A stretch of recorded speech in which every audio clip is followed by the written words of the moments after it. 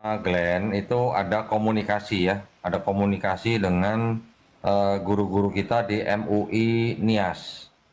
Dia di Gunung Sitoli. Jadi MUI Nias itu jaraknya cuma 4 kilo dari MUI Nias yang di Gunung Sitoli itu, kantornya itu jaraknya cuma 4 kilo dari STT Nias yang diduga mempunyai materi-materi yang isinya menghujat atau menista agama Islam. Kita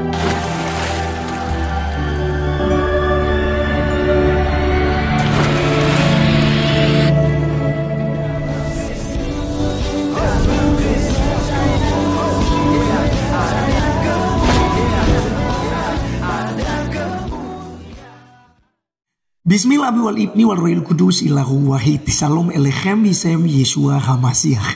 Teman-teman sekalian, pada kesempatan kali ini kita akan membahas mengenai STT Nias dan para polemikus, yaitu khususnya di sini adalah Dondi Tan, ya teman-teman sekalian, ya seorang penghujat Kristen sendiri mau berani keluar-keluar tentang STT Nias yang katanya menghujat, diduga menghina agamanya.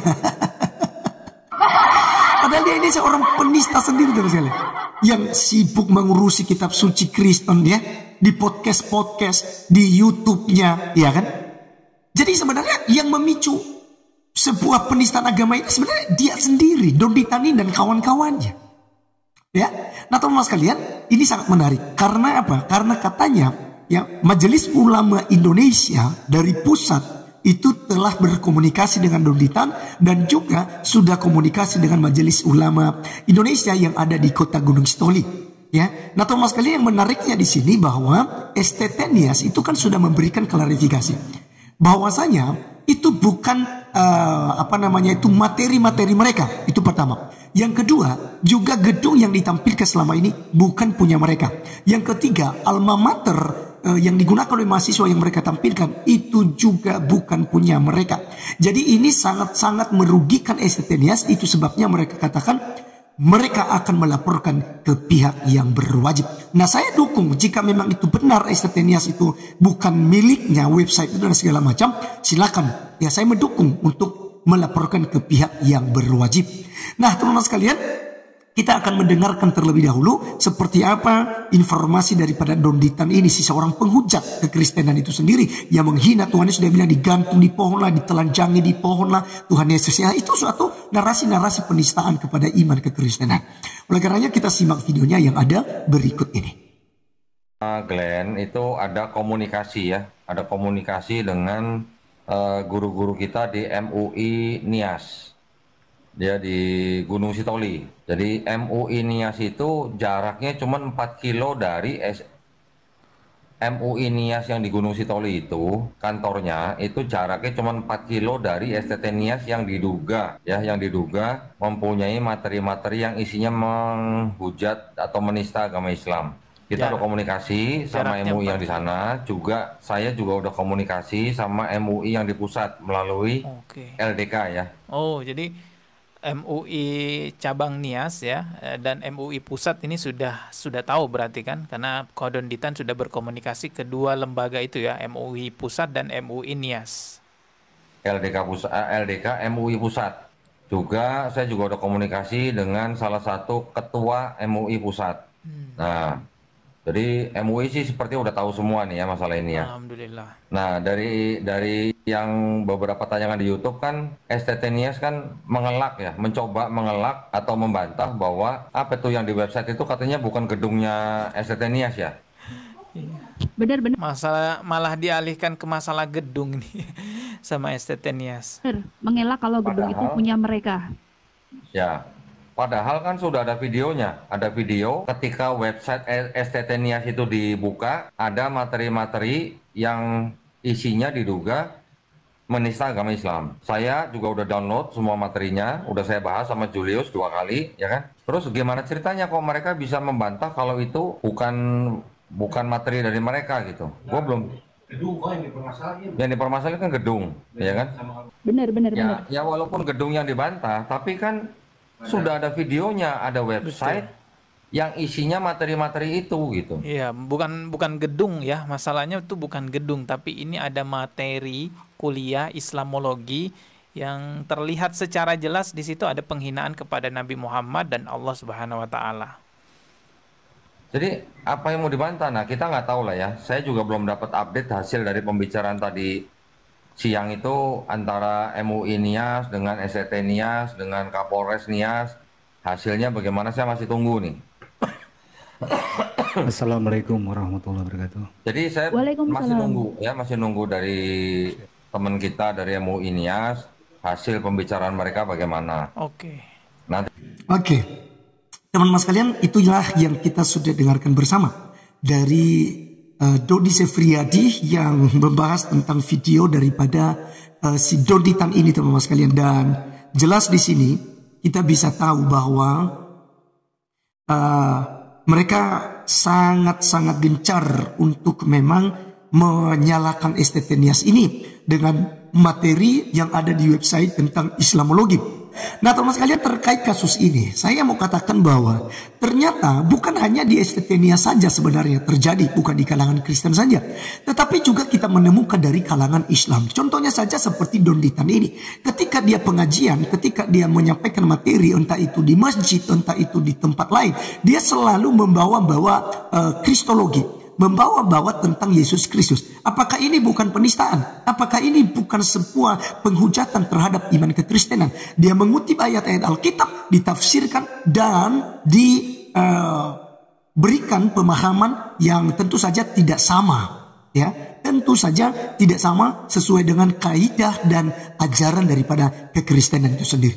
Ya, bahkan Dodi Tan ini kan pernah memfitnah bahwa Yesus itu Kristus itu digantung di pohon. Karena dia tidak mengerti konteks, dia tidak mengerti tentang penggunaan kata Shiloh atau tree, ya, di King James Version di abad yang ke-17, ya.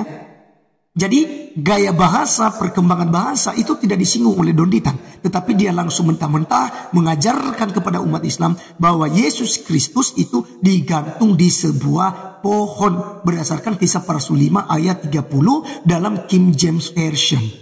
Nah, ini suatu penghinaan, penistaan. Karena apa? Karena dia sudah menafsirkan kitab suci agama Kristen, ya. Nah, kemudian ada pondok pesantren lagi, ya. Ketika saya menanggapi Juma, bahkan juga teman saya Didit Yuli, ya, itu juga sudah membahas hal itu. Bagaimana kemudian di pondok pesantren itu juga diajarkan tentang kristologi. Bahkan dikatakan Yesus baru jadi Tuhan 380 Masehi. Padahal di situ adalah pengakuan terhadap kekristenan di Kekaisaran Romawi. Sementara Kristen sudah ada di abad pertama. Kita bisa melihat di dalam Kisah Para Rasul 11 ayat yang ke-26, teman-teman sekalian. Dikatakan apa di sini? Mereka tinggal bersama-sama dengan jemaat itu 1 tahun lamanya sambil mengajar banyak orang. Di Antiokhia lah murid-murid itu untuk pertama kalinya disebut Kristen. Dan ingat teman sekalian, sebelum tahun 380 itu Kristen itu merupakan bahan olok-olokan yang mengikuti Yesus Kristus, ya.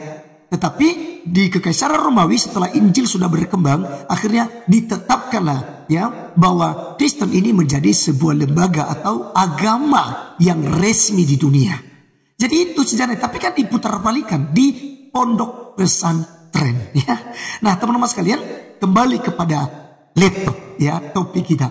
Bahwasanya terkait Nias ini, ya, saya berharap bahwa mereka harus, ya, bertindak cepat dalam hal ini, ya. Terutama jika memang tidak benar, ya, maka laporkanlah Juma, laporkan Unirifa, laporkan Julius Setiadi, juga Dodi Sefriadi ini, teman-teman sekalian, yang kemudian, ya, mengompong-ngompori, bahkan seakan-akan, ya, seperti yang kalian lihat di video-videonya, cek sekali. Karena dia nantinya akan menyebarkan hal itu, teman sekalian. Jadi tentu dalam hal ini yang menyebarkan nanti jika tidak terbukti STT Nias menghina dan menghujat agama Islam, maka, ya, STT Nias wajib memberikan laporan polisi, ya, untuk kemudian ditindaklanjutin. Nah, teman-teman sekalian, saya di akhir ini saya sampaikan satu hal, bahwa ini adalah materi materi akademik, ya. Ini terbentuk dalam sebuah wadah sekolah teologi. Jadi tentu saja setiap agama akan menganggap bahwa dirinya yang paling benar dan agama lain, pengajaran agama lain itu suatu hal yang salah. Dan saya pikir semua agama juga melakukan hal yang sama. Bagaimana kemudian itu menganggap bahwa agamanya lah yang paling benar dengan membuat materi-materi khusus untuk itu. Jadi itu resmi secara akademis. Terkait itu diajarkan, kan ini kan bukan untuk diajarkan secara umum. Ya, misalnya di KKR gitu diajarkan, tidak, tetapi ini adalah sebuah pembanding karena tujuan Islamologi adalah sebagai ilmu perbandingan agama. Begini loh ajaran di Islam, tapi begini simbol-simbolnya di dalam Islam, seperti begini dan seperti begini. Itu tujuannya. Kemudian bagaimana dengan Kristen? Bagaimana korelasinya? Itu sebabnya ada hubungannya dengan ular naga yang ada di di Wahyu gitu ya. Kemudian ada angka 666 yang adalah angka setan di kitab Wahyu. Ya itu wajar saja. Ya, bukankah kristologi ketika dipelajari oleh umat Islam diselewengkan juga? Bahkan ada satu buku dari almarhum Insa Monggoginta, 101 alasan Yesus bukan Tuhan, dan itu laris manis di pasaran. Ya, di toko-toko Tokopedia, ya itu laris manis. Yesus bukan Tuhan, 101 alasan ya. Bahkan kita bisa kasih ya 1000 alasan Yesus Kristus adalah Tuhan. Kita bisa mengcounter itu, kita sudah menjawab hal itu. Jadi kami nggak perlu lapor polisi. Ya, kami mengcounter saja, kami menjawab saja. Ya silakan luruskan. Dodi Sefriadi. Ya, Anda kan seorang YouTuber tuh. Anda juga seorang Islam. Anda luruskanlah kalau memang itu salah. Iya kan? Nggak perlu main polisi. Kan gitu. Ya. Ayolah kita beragama itu cerdas, gitu. Jangan dikit-dikit penistaan, dikit-dikit penistaan. Bagaimana dengan Anda yang di setiap saat, setiap hari dalam ibadah kalian membahas kekristenan? Kami nggak anggap sebagai penistaan. Silakanlah itu dakwah kalian. Ya, jadi saya kira demikian teman-teman sekalian. Sekali lagi dukung STT Nias teman-teman sekalian. Saya secara pribadi sekaligus juga sebagai orang Nias mendukung STT Nias untuk menindaklanjutin hal ini. Ya, bila perlu memberikan laporan polisi. Jika ini ya. Ada juga catatannya. Jika memang itu bukan milik kampus. Tapi kalau merasa dirugikan juga sekalipun itu milik kampus, karena kita punya argumentasinya. Secara hukum kita legal standing kita lengkap ya sebagai lembaga sekolah tinggi teologi. Jadi bisa saja. Baik teman-teman sekalian, sekian video kali ini. Sampai ketemu di video berikutnya. Tuhan Yesus memberkati kita semua. Salam.